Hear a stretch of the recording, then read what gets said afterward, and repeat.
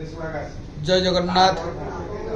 श्री श्री जगन्नाथ महाप्रभुंकर पुरुषोत्तम क्षेत्र रे विभिन्न प्रकार जानी यात्रा उपयात्रा ये सब रही। तो ता भितर आज होचंती सप्तपुरी अमावास्या। साधारण लोकाचार कथा अनुसार कई सातपुरी अमावास्या बोली कही। तो विशेष भाव में गृह मानक गोटे दिन पूर्व हो सारी।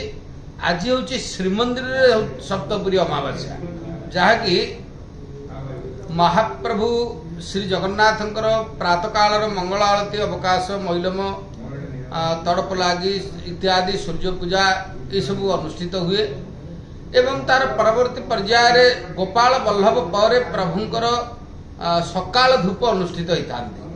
तेणु ये सकाल धूप सहित तार ठीक सकाल धूप सहित गोटे स्वतंत्र भोग जहाँकि घंट छता काहाली सहित श्रीमंदिर होचंती महानायक सेवा करुथिबा सेवक जे कि तलछु महापात्र ताको पटुआर कणिकरी से भोगटा आनती, जार ना होची सप्तपुरी भोग।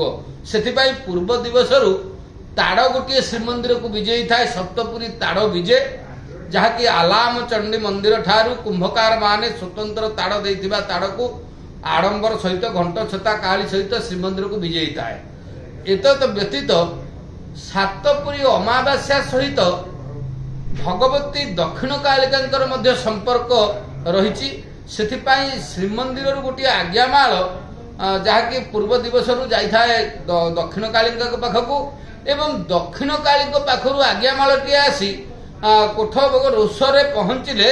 आज से होचंती प्रभुंकर पवित्र सातपुरी भोग विभिन्न प्रकार पिष्टक होची नाना सुमिष्ट लघुपिष्ट होचंती प्रस्तुति होता एवं पटुआर रे महाप्रभुंकर श्रीछामुरे षोडशोपचार पूजा हुए, जहाँ को आम सातपुरी भोग कही था। से श्रीमंदिर चलचंचल भक्त मान दर्शन करने को आसी था।